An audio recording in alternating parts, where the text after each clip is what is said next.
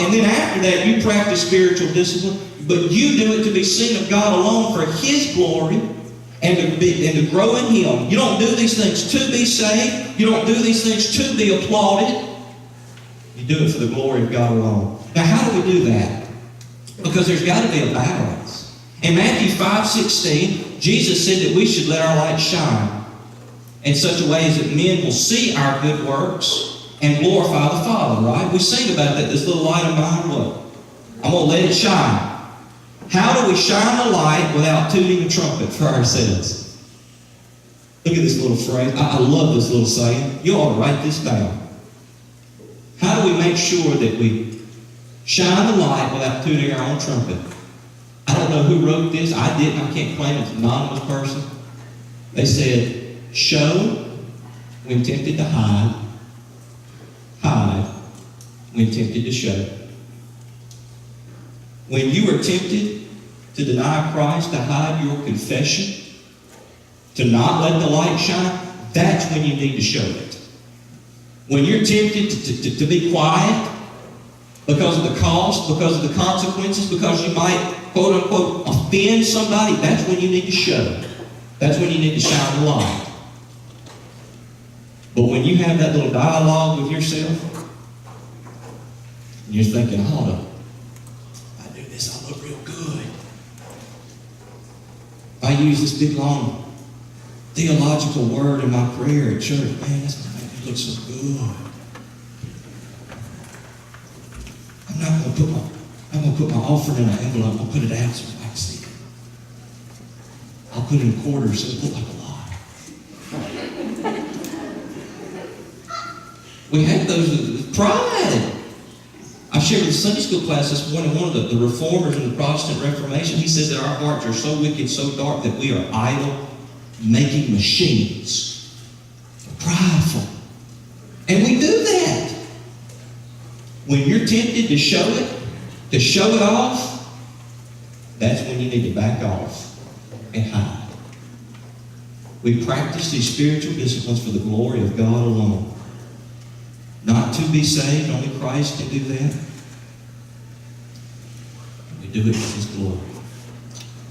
And I want to share with you a third, final, introductory item about these spiritual practices. I want to talk with you about the reward we procure. Discipline implies something hard, right? Something that's not natural. It requires effort, strength, discipline. To adopt with the right motivation, as Jesus is, to adopt these tremendous three in your life, it's going to require discipline. It's going to require you rearranging your schedule. It's going to require you rearranging your finances. It's hard. If you do that with the right motivation, with the right motives for the glory of God alone, is it worth it? Yes. Because it will bring with it a reward. It'll bring with it a reward. Jesus says that. Look at the last part of verse 1. He's not condemning spiritual disciplines in and of themselves. He's condemning the way the scribes and Pharisees practiced them to be seen of men. He says at the end, if you do that, if you do it just to be seen of men, he says, otherwise you have no reward of your Father which is in heaven.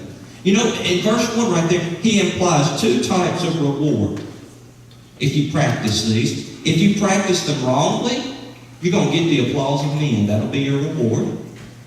If you practice these disciplines rightly with the right motivation for the glory of God alone, you'll receive a reward of the Father. Now let's just do our remaining moments. Let's do a little contrast.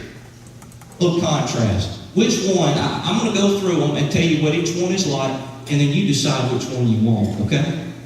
All right? If you practice these spiritual disciplines to be seen of men, to somehow make yourself right with God, here's what you'll get. Here's what the applause of men is like. First of all, it's fickle. That means it won't last. Today's hero is tomorrow's villain.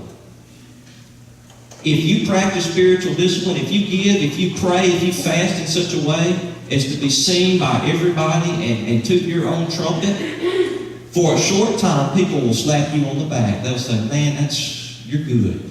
That's wonderful. But you're finally going to do something they don't like. I'm sorry. I hate to burst your bubble. You're going to do something that they don't like. And you know what will happen then? They'll say, you're a scoundrel. You're a liar, you're a cheat, you're no good. The applause of men does not last. They love you today, they'll hate you tomorrow. If you're practicing righteousness so everybody can see, and you can be applauded, everybody will think highly of you, you just wait. Not going to last. It's fickle. Second, the applause of men is harmful. It does not help our character. See, here's what will happen. If you practice the tremendous three so that people will see you and clap, you know what will happen? Our hearts are so wicked, so prideful, we are so egotistical, you will believe your own PR. You will. You'll say, man, I am good. Yeah. You're right to clap. Keep on. Yes. Yes. I deserve that. And then you're going to be something that God has no use for. He has no use for an arrogant Christian. They're worthless. An egotistical, arrogant Christian is not useful to God. He will either set them to the side or take them out back to the woodshed. Neither one of those is fun. But that's what will happen. If you practice these tremendous three for the applause of men, your head will get so big that when you do come in here to pray with us, you can't fit in the door. Mr. Bear will have to cut a larger door for you to come in. That's a pretty bad reward, isn't it? Won't last, and it's not good. But if you practice these disciplines as Jesus advocates not to be saved, but because you are saved, if you practice these disciplines not to be seen of men, but for the glory of God alone, here's the reward that you will receive. It'll be a heavenly reward primarily. And that reward is genuine. It's lasting. See, what the Father gives us, it lasts.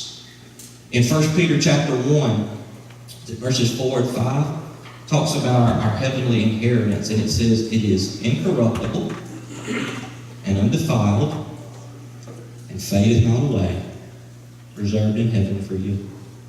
Jesus talks about the same thing. In the next passage, in Matthew 6, verses 19 and 20, he says, lay not up for yourselves treasures upon earth, where moth and rust doth corrupt, and where the thieves break through and steal. But lay up for yourselves treasures in heaven, where neither moth nor rust doth corrupt, and where thieves do not break through nor steal. He said, you need to be laying up treasure in heaven that is genuine, that is lasting. When you pursue these tremendous three, these spiritual disciplines, with the right motivation for the glory of God alone, there will be a lasting reward from the Father. It will stand the test of time. It will stand the test of eternity. It's genuine. Second, the reward of the Father is not only genuine, it's good. It's good. You know what God does with these spiritual disciplines? When we pursue them in the right way, He grows us in our godliness.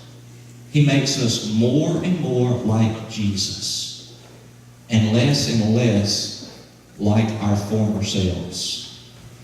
That's good. Let's tie it all together.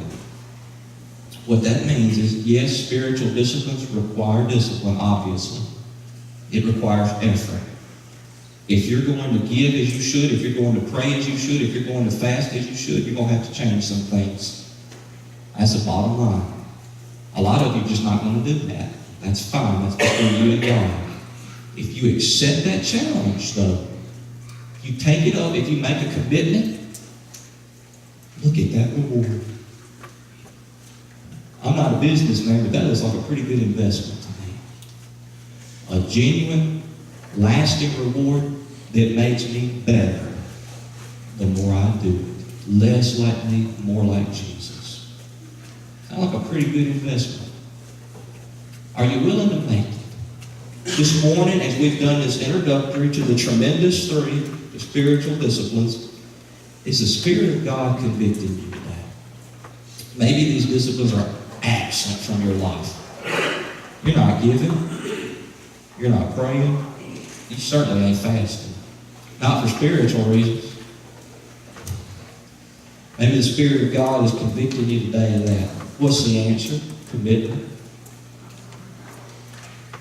The Spirit of God is convicting you of the absence of these things in your life. Or maybe you're like a Pharisee or a scribe. You're doing it, but boy, you're doing it for what you hear people say about you. The answer today is to come in contrition, to come in repentance, and make a renewed commitment to make these disciplines a part of our life, part of your life, for the right reason. Today, as we have this introductory message, will you make a commitment to live a disciplined life of godliness? Brother Terry is going to come. Miss Debbie is going to play. I'm going to be down here. Be glad to pray with you if I can, but the altar will be open as well. Do you need to make a commitment to these disciplines today?